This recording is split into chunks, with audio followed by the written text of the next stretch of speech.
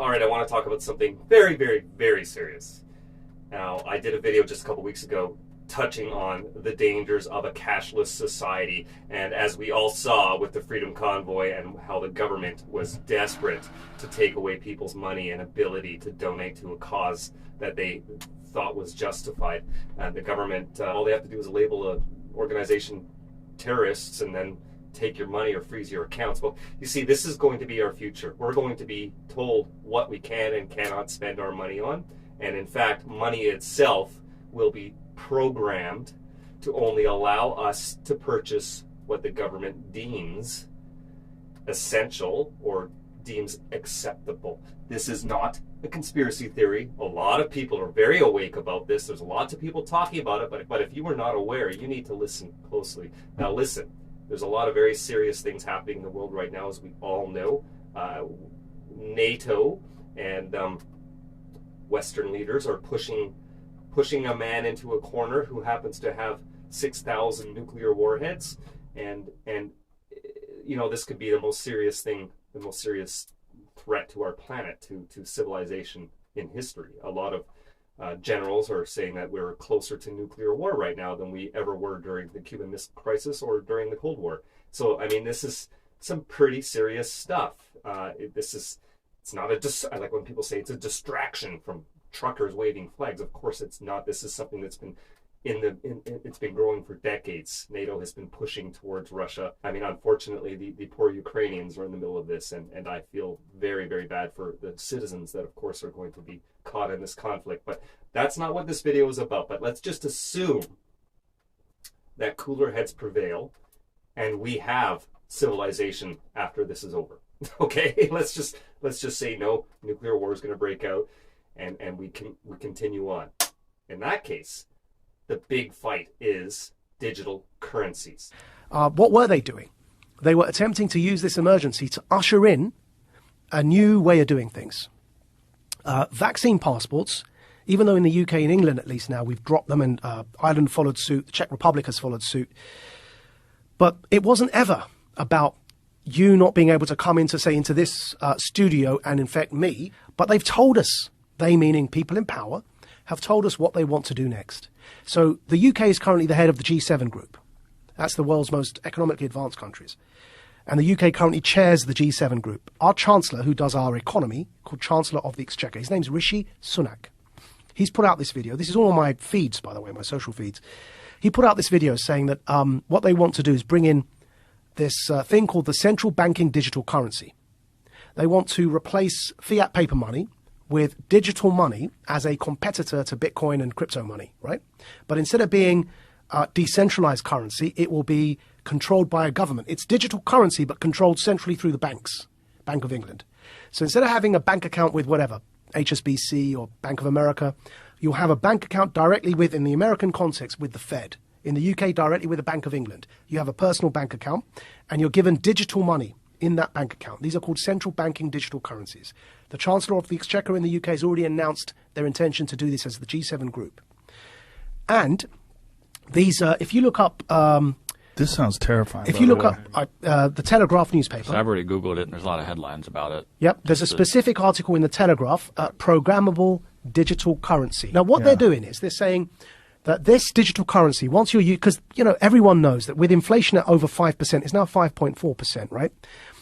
Our fiat money, the paper money, is increasingly becoming worthless, and we're headed towards a big disaster. The Fed wants to raise interest rates. But we're in so much debt that if you raise interest rates, people are going to suffer because we're living on debt as Western economies. So they realize that this kind of the lifespan of paper money is fast coming to an end because of the 2008 economic crash in particular. So they're bringing in these central banking digital currencies. Why is that word programmable in there? So what they said in that article, and the Chancellor put a video out saying this as well, they said, right, think back to what vaccine passports were, yeah? If you don't have your jab, you can't even eat in this restaurant. What they've said, and why the word programmable was in that headline, was they've said that this money that you will earn from work, instead of having paper money, you have this digital money. It's programmable so that you can't buy certain foods, or if you do something that your employer doesn't like, it's all in that article. You won't be able to spend your money. In other words, it's not money. They're vouchers. They're like food vouchers. And they can be programmed so that like the Chinese social credit system, that if you try and use them on a certain thing, it won't work. You say you want to buy a burger and they want you to buy bugs, which is one of the examples used. If you start to try and buy unhealthy meat, just won't work. You tap your card, you can't buy the thing because you've met your quota that month of burgers. You have to buy something like a vegan meal. And then what they're talking about in that article that we just pulled up is they'll say, right, and it explicitly uses the words, won't be used on something that the employer deems inappropriate or the state deems inappropriate. Oh, we got to see this. Yeah? See if we can find that. Or I was digging through a different article about it too. It's talking about there's pilot programs going to be used in the Olympics coming up in China. Yep. They've already started it, and right now, do you feel like you're sounding the alarm? Yes. For people that don't understand what the fuck is going on.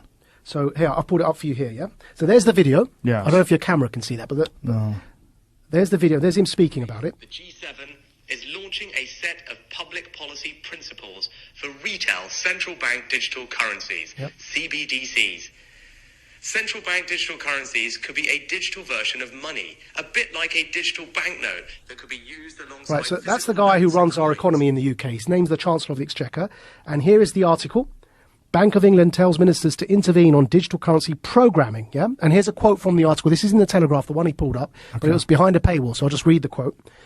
Digital cash could be programmed to ensure it is only spent on essentials or goods which an employer or government deems to be sensible. Holy shit. Now, I'm going to take it one step further for you, Joe, right? So the vaccine passport infrastructure is in place. Checkpoint Charlie exists everywhere. They bring in digital banking, central banking digital currencies. You've got a scenario now that you're checking in and out everywhere you go using vouchers that are programmed and you can only spend where you're told you can spend them. There's another word for that, man. That's called the Chinese social credit system. So a scenario where, like in New York at the moment, because the passport infrastructure is in place, you bring in that digital currency and you've got this total control. And if I'm speaking to you the way I'm speaking now, and my employer or government, you heard that in the quote directly, yeah, deems me as saying or doing something inappropriate, suddenly I can't actually pay to come here and speak to you anymore. My digital currency won't even pay for the ticket because it will be known that I'm coming to speak to you. Sorry, your vouchers don't allow you to purchase that ticket to go and speak. The Great Reset.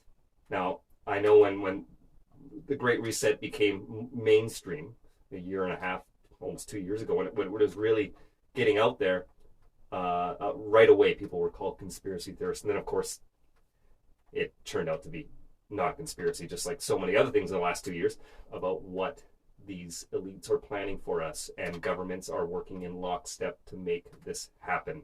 And so, no, I'm not going to be taking any policy direction from Klaus Schwab or his ilk. And what I find offensive, look, the so-called Great Reset is not a conspiracy theory.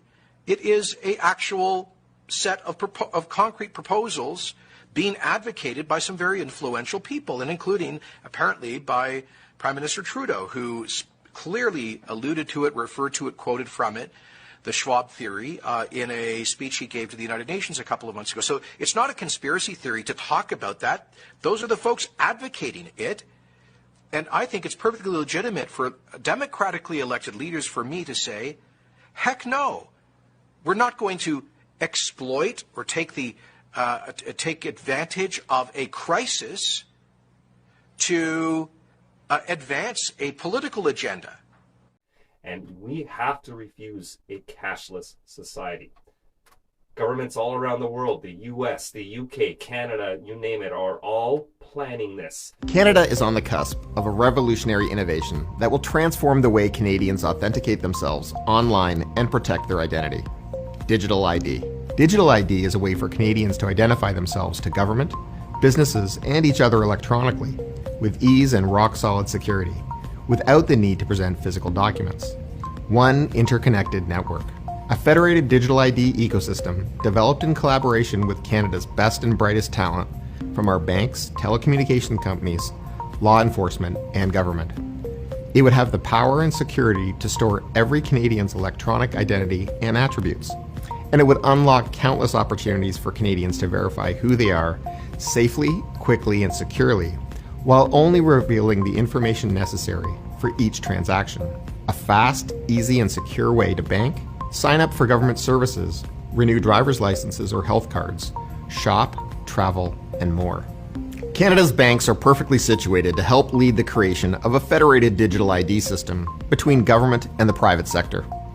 The World Economic Forum agrees that banks and financial institutions should lead the path forward for digital ID. A federated digital ID approach can also significantly reduce fraud, save taxpayer money, improve regulatory compliance, and make it easier to do business as an owner and as a consumer.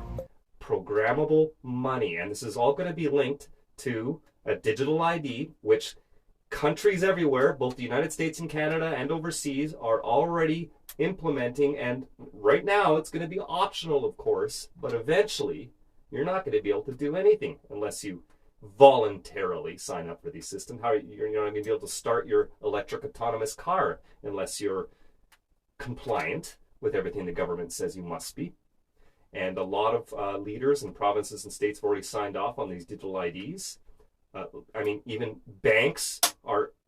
federal banks are all going to launch digital programmable controlled dollars to try to replace cash, of course, because then everything can be controlled.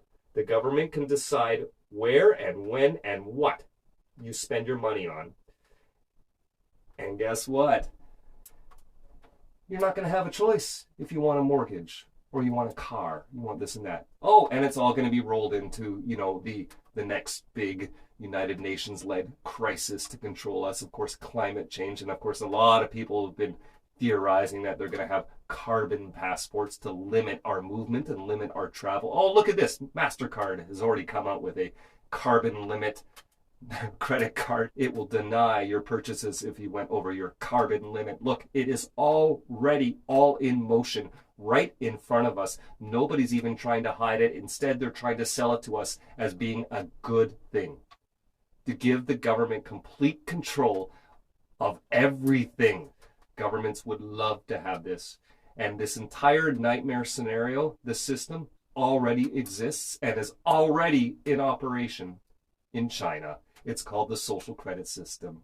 If you're really living in a cave and you don't understand how it works, go look it up. Go Google it. How we need to go even further, even faster. I am going to take the tools we developed during this pandemic crisis to apply them to the climate crisis. That is something we never want to see here, but it's coming, and it's coming hard, and it's coming fast. And this is why if you pull up to a McDonald's drive-thru and you pull out your Apple Pay app or any other app and pay for things with your phone, or you use plastic to buy everything, even a cup of coffee, you are the reason why this is coming. You are trading our freedoms, our liberties, and control over our own lives and finances. You're trading all of that for a little bit of supposed convenience.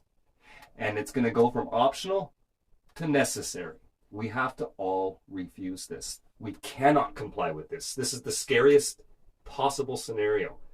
You should be taking your cash out. Cash can become worthless, and they're going to try to, I think that there's a real concerted effort to make cash worthless, so they'll save us with the digital currencies. The way to get around that, of course, is yes, cryptocurrency, decentralized, not involving the banks or the feds. Buy precious metals, buy that gold and silver. I would be happy to go back to the barter system to avoid all of this. Unfortunately, the nuclear war might be the only thing that'll wipe out what's coming. But unfortunately, that'll wipe out most of us too. So let's hope that doesn't happen. So we need to prepare, and we need to fight, and we need to resist this, like with everything. This is the biggest fight we will have. Imagine you won't even be able to start your truck and go to a protest because the truck won't allow you to start it. It won't allow you to go places the government doesn't want it to go. If you still drive a gas car, you're not going to be able to buy you'll only be able to buy a certain amount of gas, because climate change. It's the amount of control right on the horizon. Like, we can see it. It's almost here. And some people are welcoming it with open arms. And that's what's terrifying. But our leaders are pushing hard and heavy to make this our reality. We cannot ever, ever let this become our reality.